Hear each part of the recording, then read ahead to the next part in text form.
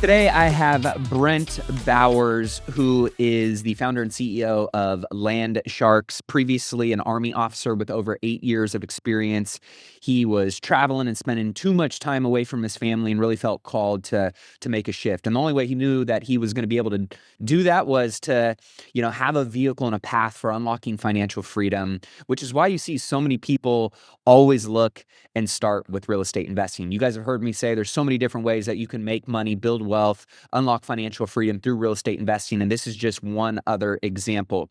Brent scaled his land flipping business, which has allowed him to unlock that financial freedom. He's got a YouTube channel that teaches other people how to do it. And really, it's his active income as a real estate investor, buying land at a discount, closing on it, and then either selling it to another end buyer, or he does seller financing that generates cash flow from it. We also dive into this episode on, how he finds these opportunities, what the offer structures look like when he's talking to these sellers, how he is seller financing them.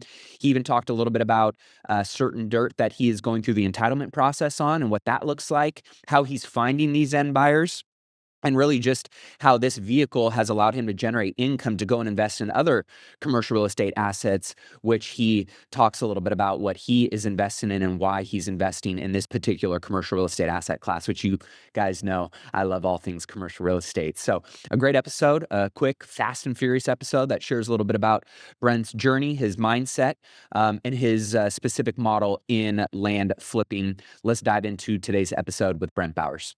Brent went from jumping out of the military right into real estate investing. Now, how the heck did that whole transition kind of begin or get ignited for you?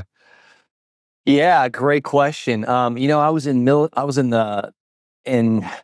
estate. I got in real estate. I wanted to get in 2004, but it just took a lot longer than I planned. And I ended up in it in 2007, got my license, bought my first rental property, and then quit in 2009. It was kind of rough on me in 2008, 2009.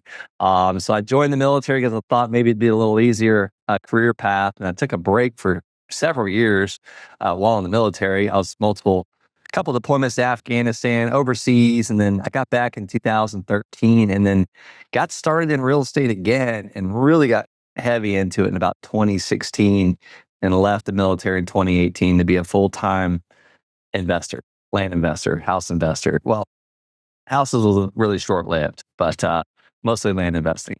Now, there's so many different, kind of avenues that you can pursue as a real estate investor, right? How did you kind of end up in land, and what was it about land that, really attracted you to that space where you felt like you could build wealth and make a real business out of it? Yeah, great question. Why I think my initial attraction was, I heard a guy on a podcast talking about doubling his money overnight, and I had rentals. I had 7 doors at the time, and I could never have left my day job for that. Honestly, I had to keep my day job to keep providing for those rentals because there was always something breaking, always, and they weren't in the best shape. I had some fixing up to do. I maxed out credit cards, a Home Depot card, just to fix these things up. And when this guy's talking about doubling his money overnight, I was like, that can't be true. And if half of what he says is true, I'm going to jump into this. And the second thing was, no one else was talking about land investing. So everyone was talking about house wholesaling, or maybe it was just a podcast I was listening to. And I always thought you couldn't make money with land. It's like buy land and wait. I didn't have time to wait. I needed to make money like that day because I was trying to get out of the military. I needed to make like $4,500 a month to cover my bills and get out of the military. And so as you started kind of diving into land, I know how many deals have you done in the land space now? I bought over 350 parcels at this point. It's amazing. And maybe we can talk and break down, a couple of case studies that people can wrap their head around how this model of land makes sense. But what are the top, 3 reasons that you love land? And, as you've been in and out of so many deals now, looking back on, these are the reasons why, this model is such a great model to explore as a real estate investor. Yeah, I'd say that one of the first reasons is, this is like the cheapest, fastest, most inexpensive way to get into real estate. And you could make a pile of money doing it. One of the I guess the second reason is the passive income from it. I sell a lot of this land on seller financing. The banks aren't lending on this stuff. Most of them, unless you put 50% down and you plan to build within 90 days, all these requirements. If I can be the guy out there I'm buying most of this land at a discount. A lot of people are very unemotional about their land. They'll sell it at a discount. Like it's just a number to them. They've never looked at it. They're behind on taxes or they're in another state, you name it. So I'm buying the stuff at discount and I'm selling it for what it's worth, getting a down payment. Sometimes it covers my purchase price of the land, a down payment from my buyer, and then a monthly paycheck. It's like, I got one that's paying off this month, God willing. But I hate talking about deals before they actually close, but we should get just under $179,000. And this guy's been paying me for years, $1,900 a month. It's like having a rental. Nothing ever broke. Amazing. Yeah, there's definitely some power in land, right? That a lot of people just think you got to be super rich or, patient money or land banking groups, right? That just kind of sit on land and wait for the development to come to them. Then they just decide kind of what they want to do with it. You've got a different model. So maybe we could break this model down and, dive into an actual case study. Because a lot of people are going, hey, I know there's land all around me. I think we've all probably driven by certain sites where you've seen, for sale sign that's actually fading because the sun's been beating on it for multiple years and nobody has decided to do anything with it, right? Trees have grown around it, like hugging it. You're so right. Yeah. So how do you, maybe just give us a quick high level of the model and we can kind of dive in on how you're finding these, how you're negotiating them, how you're locking them up, getting them across the finish line, and then obviously turning them into not just, dead dirt that you're paying taxes on every year, but actually, cash flowing and making some positive yield on. So let's dive into your model a little bit. Yeah, and that, like you just said, dead dirt. I actually have some of that right now. We just took a couple of those parcels back where the buyers had stopped paying us, and I got to go back to work. I got to sell this stuff because now it's a liability because there's taxes that are going to be due, pretty much every February. So here we are, just paid all those, most of them. And some of them I almost cried paying the taxes. But anyhow, the whole kind of the higher level is I go in and I find land in demand. Where's land selling?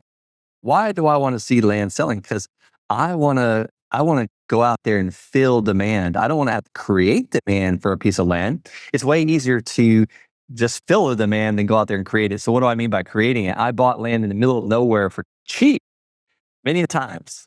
One time we bought 123 parcels in the middle of the desert in Arizona, and we had to go out there and create demand to sell it. And we sold a lot of it on payments, which has been really nice because it comes in a lot of passive income monthly coming into our bank account. But it's way easier to sell a piece of land that people actually want. And how do you know people want it? Because there's land selling in the area. And it makes it easier to price it out. So once we price that land out in that area, we send what's called land offer letters, which is purchase agreements. Basically, when the seller signs it, you say you receive a purchase agreement or a land offer letter from me, and you're like, yeah, I'll sell this land for whatever, $21,000. And I know it's worth somewhere close to $38,000 or $42,000. I now have an asset under contract that I can sell to a cash buyer that's buying in that area, or I could buy this thing, and the whole time I'm under contract, I can pre-market it, look for more buyers to buy it from me. So I buy this thing at 50 cents on the dollar, and then I turn around and sell it for 100 cents on the dollar. Sometimes they pay all cash. Sometimes they pay monthly payments. And if it's too big of a deal that I don't want to leave my money wrapped up in, or a lot of times I'm using private money, regular people to help me fund these deals. And how did I find them? I've just been telling everyone what I'm doing. No trick about it. Just sharing what I'm doing with everybody. Some people want to start a land business. Some people want to lend on a land business. Some people are just like, wow, that's cool. Because they don't care about it. So that's kind of the higher level overview. So let's talk about how you're finding these, right? How are you identifying these, parcels of dirt that you think have, some opportunity that you want to dive into and make an offer on? Yeah, when I first started, it was my own backyard, and I was mailing area or people really that were behind on their taxes. And I exhausted that list very quickly. It's a very small list. Yep. Then I got on Redfin and I saw where land's selling. Once I found that area, those areas, like, okay, there's something to it. So that's kind of really how I'm finding these parcels. I don't care if it's rural. I don't care if it's infill buildable lots that a builder can go and just put a house on right away. If it's selling, that means that someone's interested in buying it. And it's way easier to price it because you see it selling. So we look what it's selling for today and make offers today on what will allow us to make a profit. So let's kind of tease that out a little bit. So you identify a piece of dirt and you go to the seller that, is just sitting on this dead dirt right now, and you say what to them? Yeah. So if anybody wants a copy of my land offer letter, go to thelandsharks.com/LOL and you can download a copy. But it says basically say, hey, Matthew, I'd like to buy your land in El Paso County, Colorado, or your 3 acres in El Paso County, Colorado. If you're interested, accepting this offer, sign here. We'll pay you $3,700 for this land and we can close in 5 to 7 weeks. Sign it, send it back. You can mail it to me. You can fax it to me. Or here's my email address if you want to email it to me. It's that simple. I'm making offers every day. So you're making offers every single day, and there's obviously some formula, right? That when you come up with that, whether it's $3,700 number, or there's some other number, right? You're looking at some formula of what it can be, where you need to get it at to clip a margin, right? And engineering what that offer structure and price looks like, correct? You got it. Reverse engineering that profit. I'm not going to buy a piece of land unless I can make at least $10,000. There's a time when I was happy to make $5,000 because honestly, I didn't even make that in a month in the military. But yeah, we reverse engineer that. So if I think the land's worth 100K, I'll pull out we're going to know the average in the area is selling for about 100K that lot. So I'll put that on an Excel spreadsheet, 100K. Now, minus the realtor commission, 6%, minus closing costs, is figure $3,500, minus a oops factor of 10% on the sale price. All right, that's $10,000. Oh yeah, I want to make 10,000 too. Another 10,000. So now, before we know it, we're offering 63 cents on the dollar for this land.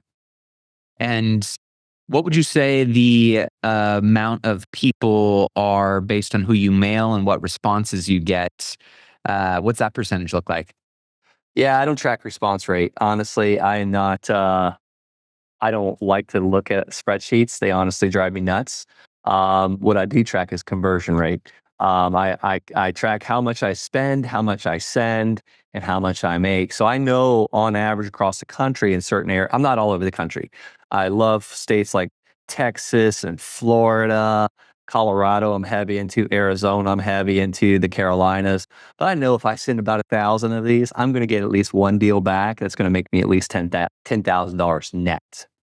Nice. So that's before seller finance and interest. Yeah, so let's talk about that. So you know that you are, closing on maybe 1 in 1,000 deals, right? Which is great to know your numbers, because then it just becomes a numbers game. Hey, if I want to do 5 deals a month, I need to do 5,000, leads out based on my conversion, right? So you get those across the finish line. You now own the dirt, and you're like, okay, well, what do I do with it now? What are the next steps on that side of the fence? Yeah, how to sell it, right? So when we get it under contract, the first thing I'm doing is I'm going and looking and seeing who's selling the land in this area. What realtors, like is it Larry the land realtor? I'm not going to call Uncle Bob that has a license, maybe sells one house a year. I want a full-time land specialist realtor selling the land in that area, that if they don't sell that land, like if they're full-time, like if they don't sell that land, they don't feed their family that month. So I want them to be invested in this.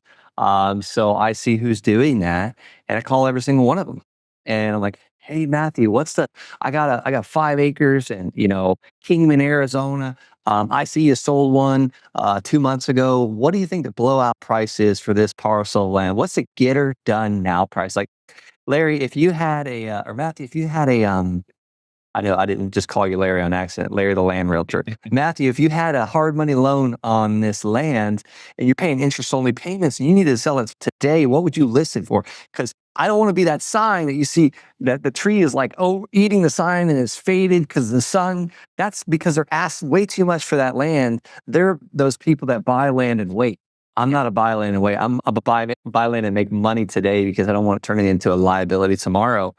So they'll tell me like, all right, $3,800, it'll sell for that, and I got it under contract for 1,000. Not a deal for me. So I'll call that seller back and be like, hey, I'm sorry, I made a big mistake. I offered you way too much for this land. I'll tell you what, you're probably gonna like laugh at me and hang up the phone, but I'd love to, you know, do some kind of deal with you. How about I send you $100 gift card and you transfer the land to me? And I laugh. And sometimes they say yes. It's nuts. I've gotten land for free like almost 10 times. I'll give you an example. Finleyville, Pennsylvania. Okay. I don't market to this area. I don't know anything about this area. I don't know how we got the land.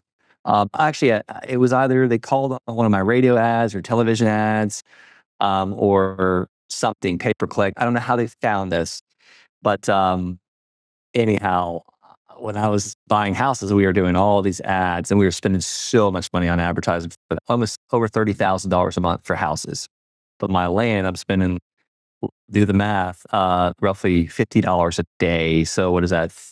Less than, that's 1,500 a month, 15, I think, something like that, to do a deal a month.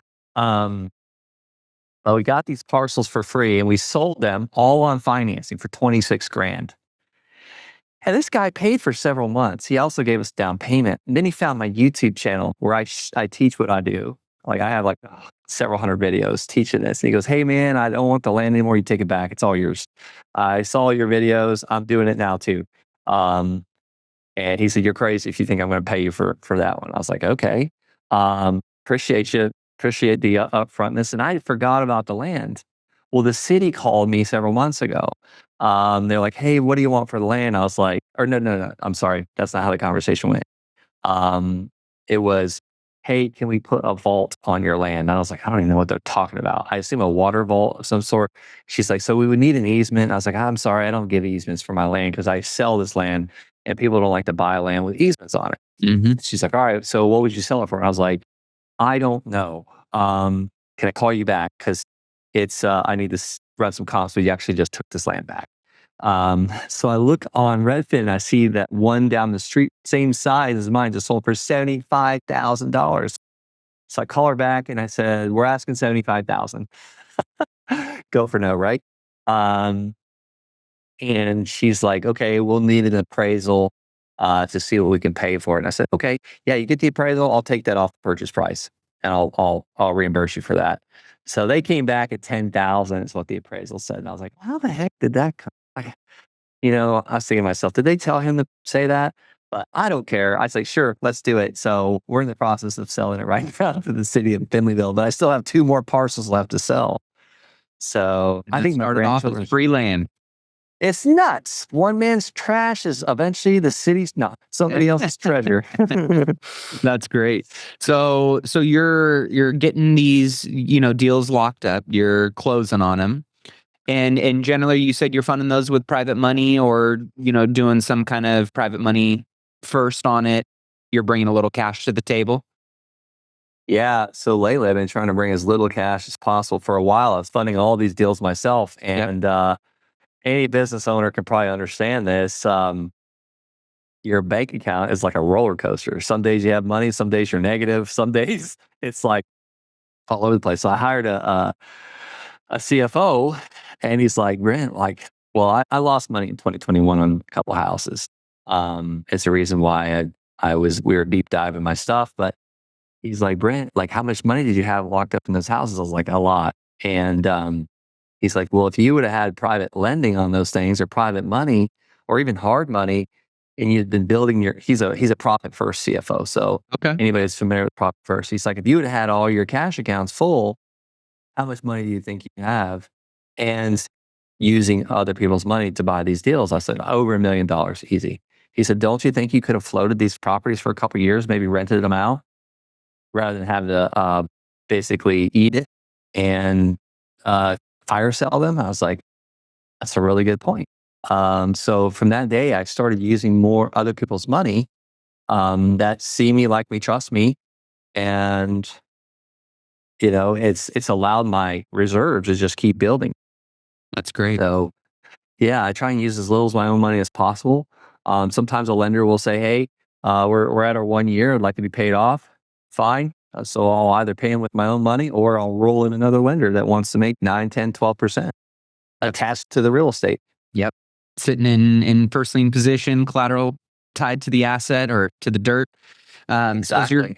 So talk about how you're flipping these for some, what's the seller finance terms that you like to put out there, and generally who are these end buyers that you're moving the dirt to? Yeah, there are all kinds. For a while there, I was selling to truckers. One area, Latinos are buying because they're building their own houses. And I say Latinos because they're building houses in that area, but they want to put their money into an asset. Mhm. So they're buying land from us. Builders buy the land from us. We're doing some bigger deals as well, where major home builders buying from us. And then the terms I like to give are pretty simple. The 30-year mortgage, if they need it. Sometimes I always try and figure out what the affordable payment is. So sometimes it's less, sometimes it's 30 years. I've never went longer than 30 years.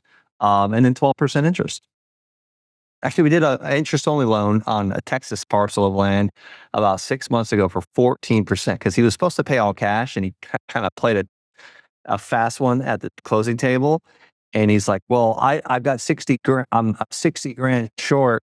I'd like to pay you 10,000 a month so I don't have to put it all in the bank at one time. I do have the cash, but I don't wanna put it in the bank." So we're like, "Fine, yeah, 14% interest. We'll give you a 12-month loan, interest-only payments." So his payment was like $700 a month, and then he paid an additional principal payment of 10,000 a month. So we racked up some good interest at that one. That was a fun one. Nice. And how come have you thought about entitling the dirt and kind of increasing the value of some of these pieces that you got yourself, or you just like to kind of keep it clean, simple, hands off? Yeah, for years I've just been like, I'll just be honest, I've been afraid of it, or just like, oh yeah, I'll take the quick win. It's a guarantee. But we are entitling a parcel right now. We're 4 months into it, about 100 grand into it. And then yeah, that one I don't want to like jinx it or anything like that. But yeah, that one's gonna be nice. We're taking it from 38 acres to 80 lots. That's amazing. So, and just for people to understand, right? I mean, there's value in ways to generate cash flow and passive income in what you're doing. There's so many different strategies that are out there when it comes to dirt. I know a lot of people that just, entitle raw dirt.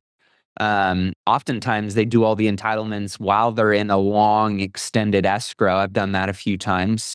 And, you somewhat bake in additional value into the dirt by the time you close on it without really having to take any of that risk. So talk about what you guys are doing on yours. What's the play there, and kind of what do the numbers look like? You got it, man. That's exactly it. And most of the time, these landowners, they have no clue how to do it. They're like land rich, cash poor. They don't have the extra funds to pay the engineering and the survey and the new plat map and go talk to the city and then the annex fees and all that. But that's exactly it. The numbers on this one is looking like around 400K is, well, we're under contract, we're at 400. We're about 100K into it in engineering and survey and wetlands mitigation. And then we're thinking about 2 million is going to be our exit. And we're under contract. We don't own the land. We just got a very long contract period. Yep. I think 12 months with an extension. And I've got a guy boots on ground that's familiar with the city that's done it in this area. Because I wasn't going to go into this blind. Like I want to go with someone that already knows these guys, the city, and it's just made life a lot easier having an operator on ground doing that. Amazing. Now, why, when you hear people that are gone, man, single family and, hard assets make these structures make a lot more sense to me than land. What do you say to people that are, trying to decide between single family investing or commercial investing versus, dirt? Yeah, I never want to try and talk someone into something. You got to do what you're passionate about. I would never argue with someone because for a while there, I started with rentals. I understood that. I understood people needed a house over the head. Then I started wholesaling houses. And then I was buying these houses, renovating and fixing and flipping these houses. Then we started buying plots of dirt and then putting mobile homes on these. And then seller financing, and now I'm back to putting mobile homes on it. So it's like I think I think there's a season for every part. Oh, and by the way, I'm taking it's like anybody listens probably like, man, he's all over the place. But we take the income from this and invest in hard assets, which are light industrial with triple net tenants. Because it's like I want to keep that money just making more money. Like, we want our babies to make babies. Like I hope I'm a dad one day type thing. So it's almost like our investments are paying off and creating more investments that will spit off more cash flow, tax incentives, tax shelters, appreciation, depreciation, mortgage pay down. And these things are paid for in 15 years, God willing. So your land biz is somewhat of your vertical, active income that is funding your passive long-term wealth building focus. You put it so much better than I just did. I love that. Yes. Yes, exactly. That's my active income. So we're like, some people are doctors or attorneys and they use their money and they buy real estate. I flip real estate to buy real estate. And really it's kind of sad. My long-term real estate, I think I'm paying full retail price for it, honestly. But I got to do something with the money, and if I spend that active income and the land income, I pay my partner called the Internal Revenue Service quite a bit of money. Now, what does light industrial and what attracts you about that model? And you talked about triple net, right? I mean, Yeah. you got one active area of your land business. Obviously, light industrial, triple net leases can be somewhat of a really passive vehicle for real estate investors. Why did you focus on light industrial as kind of your vehicle on the commercial side? Dumb luck. I was in a coffee shop Yeah, and this 85-year-old man walks up behind me while I'm on Redfin looking at a piece of land. And he goes, "Oh, do you feel like we met on the second time I went to the coffee shop again?" He goes, "Did you find what you're looking for the other day?" I was like, "What?" He goes, "Yeah, I saw you on Redfin." And I was like, "Oh, yeah." I was looking up a piece of land and we got to talking. We just kept talking and come to find out this guy owns like all these buildings. He had like a couple Walmart locations in Florida, this, that. And one day he's like, the key to my success. He found out the guy's like uber wealthy. And he's like, the key to my success is renting to blue collar workers. I was like, what blue collar workers? He's like, yeah, because they're their their livelihood, their business, they're putting food on their family's table revolves around that location that they're paying for. And he said they never ask for anything. They're all on triple net leases. They improve your building, they add office space to it, and they're actually breaking code enforcement, but they're not going to call you because they don't want you to see that. So that's been the key to my success. So uh, this was a couple of years ago. Immediately, I was like, okay, what the heck is this? So I look, it's like this building with 4 bays, and it's got a little office in it. I found it on LoopNet for 465,000. I put an offer. I was like, I'll pay you $100,000 down. I'll pay full price. Give me financing for 15 years at 8% interest. And sure enough, the guy accepted it, and I net almost like $1,400 a month on this building. And then I bought the building next door as well from the same owner. This time I got a mortgage on it, called one of my money guys, seeing if he wanted to split it with me. And that one we net like $2,900 a month. So I'm only half owner on that one. So I'm just trying to buy the whole street. I love it. Same thing with our office building. They're a hybrid triple net. The next tenant will be a full triple net because I didn't understand triple net back then. So Well, I know a lot of people are going to want to check out your YouTube channel and, Land Sharks and all the stuff that you do. A very interesting model. Another example of so many different ways to make money in real estate as an investor. What's the best place for them to connect with you, Brent? yeah, thelandsharks.com. Go on, schedule a call. I'd be honored to jump on a phone call. Any of these things. I love teaching people. I teach people land mostly because that's what I'm really good at. But if I can help someone get started, I'd love to. And then my YouTube channel, I put videos out once a week minimum. And Brent L. Bowers. Thanks for coming on the show, Brent. Thanks, Matthew.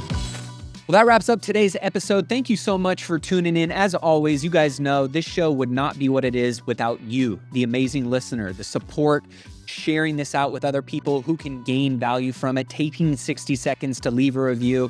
If you haven't done so already, those things mean the world to us and ultimately help us spread this message out to as many people as we possibly can to help them on their wealth building journey. If you have any particular links or resources that you're trying to track down that were mentioned in this interview, be sure to check out this episode at millionairemindcast.com, where you can find access to all that information. And of course, if you haven't checked out the Wise Investor Vault yet, be sure to head over to wiseinvestorvault.com to check out all the tools, all the resources, the checklists, the spreadsheets, the trackers, all kinds of amazing things that can help you on your wealth building journey at the wiseinvestorvault.com. If you haven't connected with me on social media yet, I'm consistently putting out more content, stories, value to help you on your wealth building journey. And one of the best and most exciting things for me on a weekly basis is getting to connect with you guys. Getting your DMs, hearing what things impacted you, what you need help with is a big way that we continue to drive the content for this show. So if we're not connected and following each other on Instagram, on social media at Official Matty A, give me a like and a follow. Would love to connect with you there. And of course, don't forget to get on my deals list. If you're an accredited investor, you want to look at more deal flow. You want to see what deals I have access to, what deals I'm raising capital for. This is an exclusive list that I only put out to my accredited investor list, my Millionaire Mindcast family. So text the word deals to 844-447-1555. And with that being said, thank you again so much for supporting the show. Until next week's episode, keep investing in yourself and your wealth on your march to $1 million and beyond. Cheers.